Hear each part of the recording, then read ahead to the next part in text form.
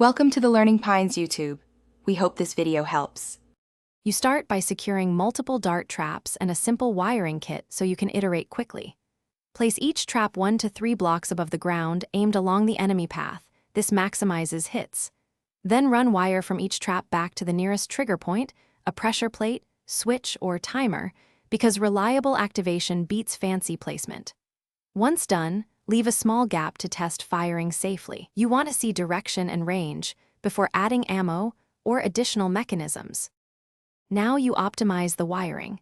Decide whether you need continuous suppression or on-demand bursts. Use timers when you want steady volleys and pressure plates for choke point bursts, because each choice affects ammo consumption and trap wear. Wire traps in parallel, so each trap fires when powered rather than throttled by serial connections. Then add simple logic.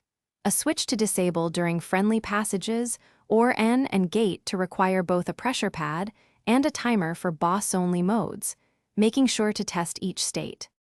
Finish by stocking compatible darts and confirming each trap actually launches projectiles. Some setups require you to load ammo manually, or ensure the projectile type matches the trap. Make routine checks. Realign any trap that consistently misses and replace damaged mechanisms after heavy use, because precise aim matters.